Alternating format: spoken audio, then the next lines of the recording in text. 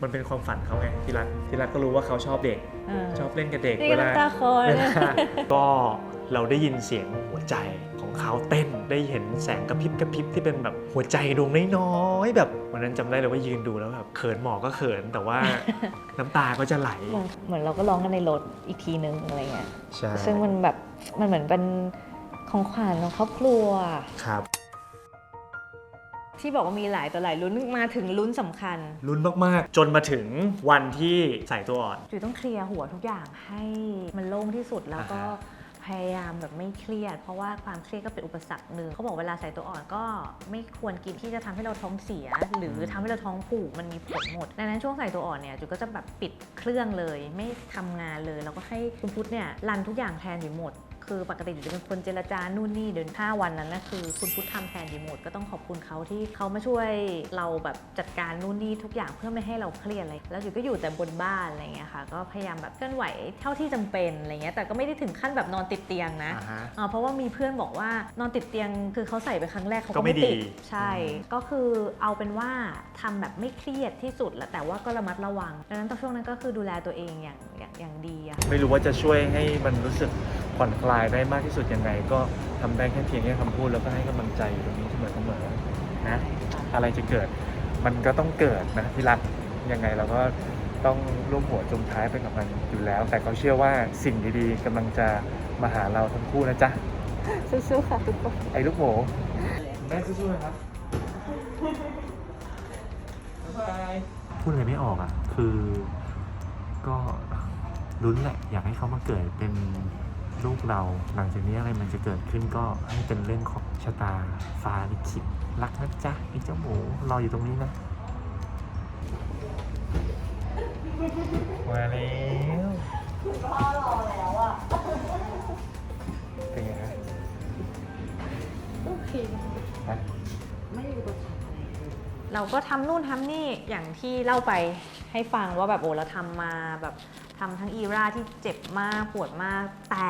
มันก็เป็นผลดีแล้วก็มีการวิเคราะห์ของคุณหมอแล้วก็แบบมือแม่นเหมือนจับวางของคุณหมอในการที่เราใส่ตัวอ่อนคือจุ๋ยใส่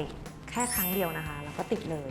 ก็ต้องบอกว่าอาจารย์พิทักษ์แผนกนักวิทย์อะไรเงี้ยสุดยอดมากเก่งมากใช่ครับมันเหมือนมีความรู้สึกบางอย่างเกิดขึ้น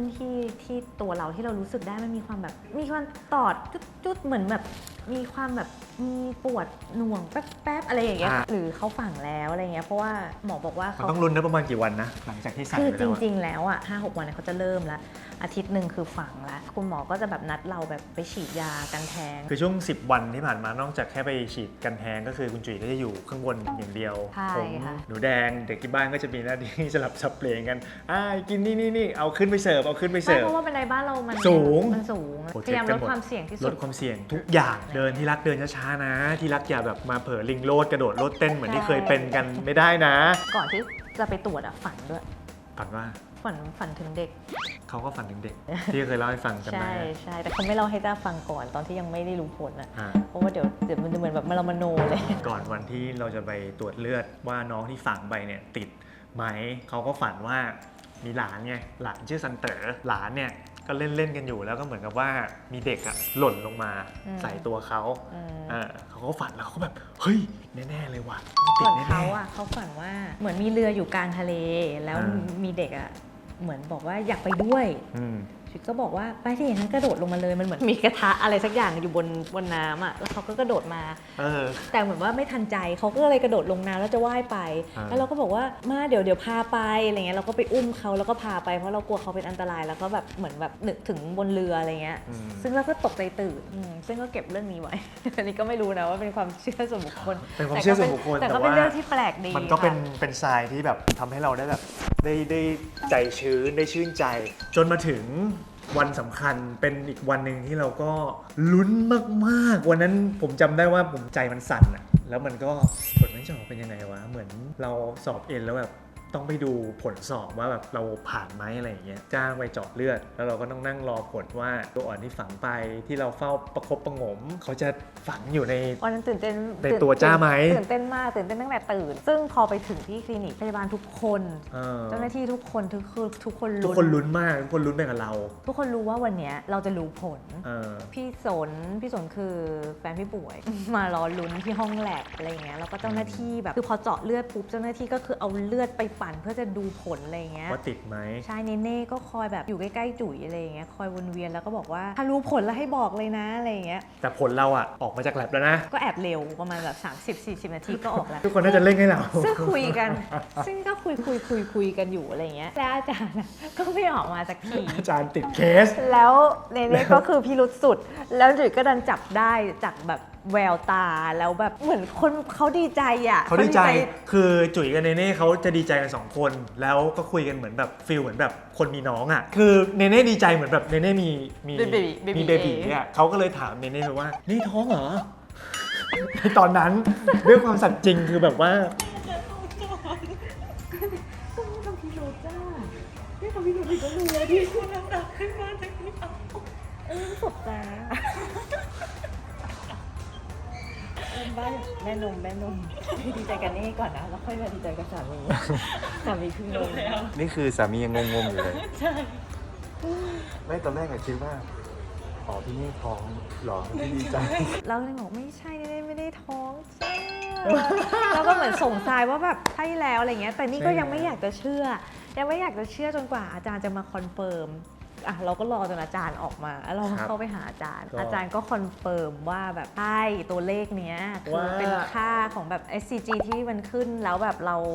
ติดมีน้องใช่ SCG ไหมแต่ผมจำไม่ได้เหมือนกันแต่ผมรู้แค่ว่าอาจารย์บอกว่าแบบที่ฝังไปสำเร็จซึ่งขึ้นดีด้วยอะไรเงี้ยค่ะคุณพ่อก็น้ำตาคอเลย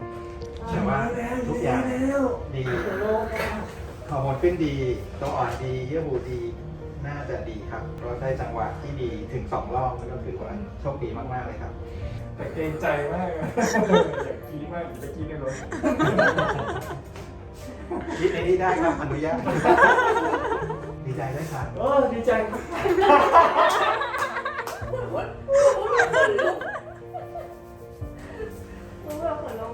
ร้องไห้คุณพูดไม่กล้าดีใจก่อนหน้านี้ที่มีอาการทุกคนในคลินิกเพราะว่าบอกว่ารอคุณหมอเป็นออฟฟิเชียลซึ่งก็แบบดีใจมากๆคุณพ่อเนี่ยน้ำตาคลอเลยแต่ว่าอย่างของจุ๋ยเนี่ยเหมือนจุ๋ยผ่านกระบวนการที่มันแบบเจ็บปวดแล้วก็ความตื่นเต้นแล้วความเป็นที่เราเหมือนเรารู้ร่างกายตัวเองอะเรารู้ว่าตรงไหนที่มันยากลำบากจุ๋ยร้องไห้มาหมดแล้วนั้นวันนั้นก็เหมือนมีแต่ความดีใจมีรอยยิ้มอะไรอย่างเงี้ยค่ะแต่คุณพ่อเนี่ยน้ำตาคลอใช่ไหมวันนั้นก็น้ำตาไหลแหละเป็นคนน้ำตาไหลน้อยๆอะไรเงี้ยเป็นคนที่ร้องไห้ยากมากจะเป็นคนกังวลมากๆเวลาเล่นซีนดราม่าในละครแต่วันนั้นร้องไห้มันเป็นความฝันเขาไงที่รักก็ถ้าเกิดว่าตั้งแต่ที่เราคบกันใช่ไหมที่รักก็รู้ว่าเขาชอบเด็กชอบเล่นกับเด็กเวลาเวลาอยู่เวลาอยู่กับเด็กแล้วมันแบบมันมีความสุขอ่ะคือก็ไม่คิดว่าให้โตมาแล้วเราจะรู้สึกว่าเราชอบเด็กมันมีเด็กแล้วมันสดใสนะมันสดใสแล้วเราก็ชอบเล่นเสียง2เสียง3อยากจะมีเป็นของตัวเองมากๆแล้วก็มันมาถึงวันที่เคยตัดใจไปแล้วด้วยนะใช่เคยคิดแบบว่าที่รักก็ไม่รู้หรอกเขาก็แค่คิดว่าแบบคือใจอ่ะอยากมีนะแต่แบบสุดท้ายแล้วมันถ้าไม่มีถามว่าเสียใจไหมมันก็เสียใจแหละแต่ว่าก็ต้องยอมรับได้ก็ต้องยอมรับได้คิดว่าโอเคถ้าไม่มีจะเที่ยวรอบโลกกับลุงเป้แล้วก็คิดเหมือนกันคิดแล้วคือเราพยายามหาข้อดีของการไม่มีลูกเพื่อมาทดแทนในสิ่งที่เราคาดหวังว่างั้นแหละคือมันก็ต้องชีวิตก็ต้องเดินต่อไปใช่ไหมใช่จนวันนี้พอได้เป็นพีเจน้อยที่อยู่ในท้องมาแล้วตอนนี้ก็ประมาณ3 เดือนกว่าตอนนี้ถ้าที่ทุกคนดูคลิปอยู่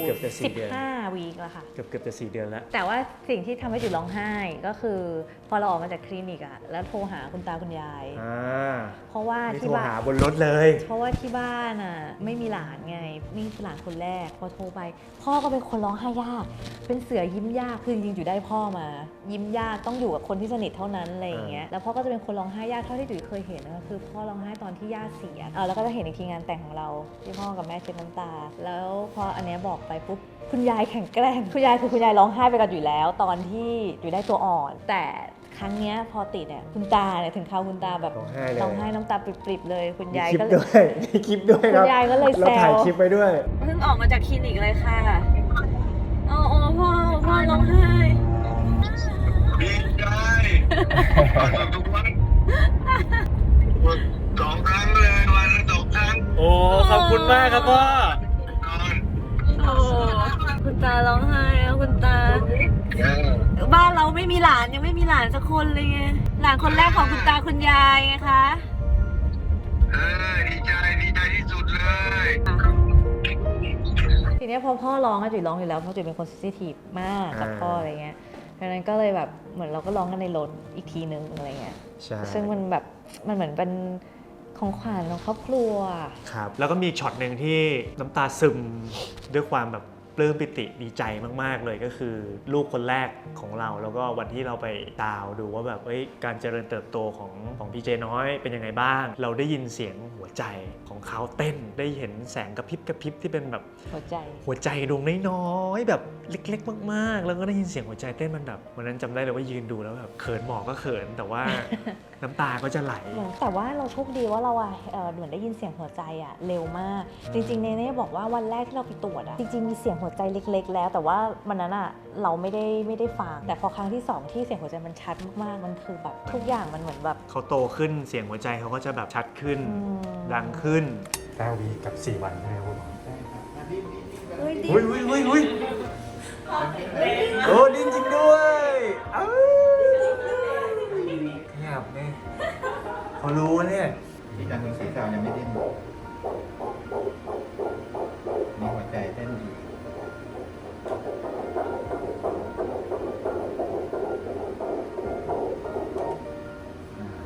เสียงหัวใจอันนี้ก็ถือว่าตามเกณฑ์ปกติเลยนะครับคุณหมอ ดีเลยครับนี่เป็นของทานเป็นของอะไรครับ ตัวไหนคะที่เราเยอะอันดีแล้ว ดิ้นใหญ่เลย โอ้ยดิ้น เนี่ย ทำไม นี่ เจออาจารย์ จ ที่ มู พั ก ก ด้ ที่ วย ไรอย่างนี้ก็คือแบบแข็งแรงแล้วใช่ไหม แข็งแรงดีครับ ไม่ได้เกาะปลายอย่างเงี้ยเกาะตรงกลางเลยเนี่ยสองสลึงเนี่ยเมื่อกี้แขน ตอนนี้เราก็ประสบความสำเร็จแล้ว ก็อย่างแบบเวลาใครถามเนี่ยเราอยากจะบอกใจจะขาดเลยนะ แต่ว่ามันต้องลุ้นจนสุดท้ายจริง เป็นช่วงที่เนี่ยเขาไม่ได้ออกไปไหนเลยนะ3 เดือนที่เขาแบบว่าก่อนที่เราจะประกาศว่าตั้งครรภ์คนได้รับรู้ว่า ๆ เขาไปถ่ายละคร ไปทำงาน เจอ ไปเจอ ผู้ ผู้ ค คน น มากมาย แบบเยอะแยะมากมายแล้วแบบคือทุกคนก็จะถามว่ามีน้องแล้วใช่ไหมเราก็ต้องพ้น3 เดือนว่าแบบเขาแข็งแรง แน่ๆเพราะว่าเรา เขาอยู่กับเราแน่ เราไม่ด้วยวิธีการนี้อะค่ะ เรา ใช่ ต้องมั่นใจว่าเขาแข็งแรงจริงรวมถึงต้องตรวจโครโมโซมซ้ำอีกรอบหนึ่งไม่ใช่ไม่อยากบอกเลยในช่วง 1-2 เดือน แต่ว่าเอาให้มันชัวร์แล้วจะได้ไม่ต้องมานั่งแบบเสียใจกันทีหลังอะไรอย่างเงี้ยค่ะ ใช่ครับ ก็วันนี้เรา2 คนได้พี่เจน้อยมาแล้ว ใช่ นะครับเกือบ4 เดือนนะครับประสบความสำเร็จเรียบร้อย ขอบคุณมากนะที่เหนื่อยอะหมู ช่วยลูกเรา2 คนไม่เป็นไร เราสองคนโอเคแล้วก็อยากขอบคุณอาจารย์พิทักษ์นะครับ ขอบคุณพี่ป่วยพี่สนพี่หวยนักวิทย์นะครับ เนเน่ และพยาบาลทุกคน ที่ ทีมนักวิทย์ทีมพยาบาลทีม ใช่ แลบอะไรเงี้ยค่ะ ใช่ ก็คือที่ JFC คือเก่งมากๆดูแลเราอะนะคะ แล้วก็ ครับ ถามว่าเรารอนานมากไหมถ้าเทียบกับแม่ๆที่มีบุตรยากท่านอื่นๆบางคนรอนานกว่าเราอีกนะเวลาใครมาพูดกับเราเรื่องมีบุตรยากเราแบบอยากให้กำลังใจมากเพราะเราเข้าใจเขาที่สุดอะไรเงี้ยค่ะ ขอบคุณครูก้อยแล้วก็พี่เจมส์ด้วยนะคะ ที่เหมือนคอย ดูแลเรื่อง โภชนาการให้เราแล้วก็คอยบอกว่าอะไรดีไม่ดีเพราะว่าเขาทำมาก่อนอะไรเงี้ ครั ย บ เพื่อที่เราจะได้ช่วยคุณหมอไปอีกทางหนึ่งหลายๆคนที่ส่งกำลังใจมาทุกๆคนที่คอยลุ้นไปกับเราขอบคุณมากๆเลยอย่างเงี้ยวันที่เราประกาศไปมีแต่ข้อความยินดีจำนวนการกดไลค์ที่แบบมากมายเหลือเกินนะคะเราก็แบบ มากๆจริง ขอบคุณมากว่ามันเป็นกำลังใจที่ดีสำหรับ ใช่ เรา3 คน ครับ เรา 3 คนเราไม่ได้ เราสาม 2 คนแล้วนะครับ ถ้าเกิดว่าเมื่อไหร่ที่เปอร์เซ็นต์มันยังไม่ได้เป็น0หรือว่าติดลบถึงแม้มันจะ 0.01 เหมือนที่คู่เราเป็นเนี่ยก็อย่าเพิ่งหมดความหวังขอจงศรัทธาในสิ่งที่เราตั้งใจ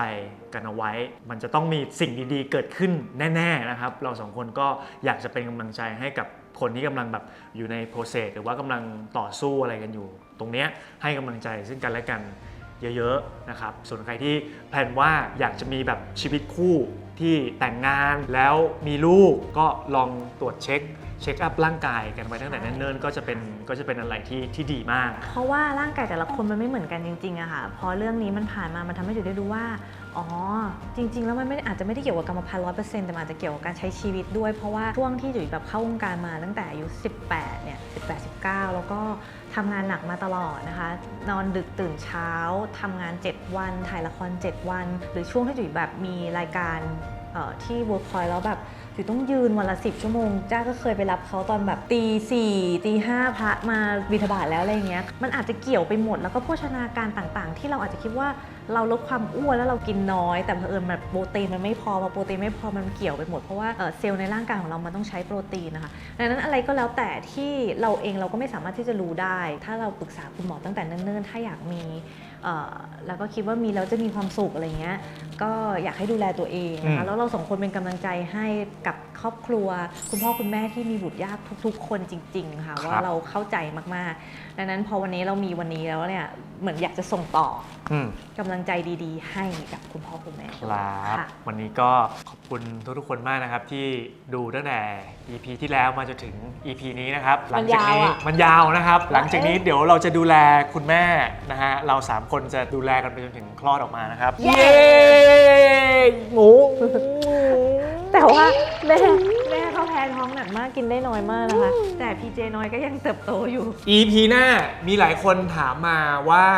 ลูกเป็นเพศอะไร เฮ้ยเฉลยเพศพีหน้าหรอ หลายๆคนก็ถามมาเยอะเหมือนกันรวมถึงเดากันไปหลายๆทางด้วย ลูกคนนี้คือตัวอ่อนที่เราได้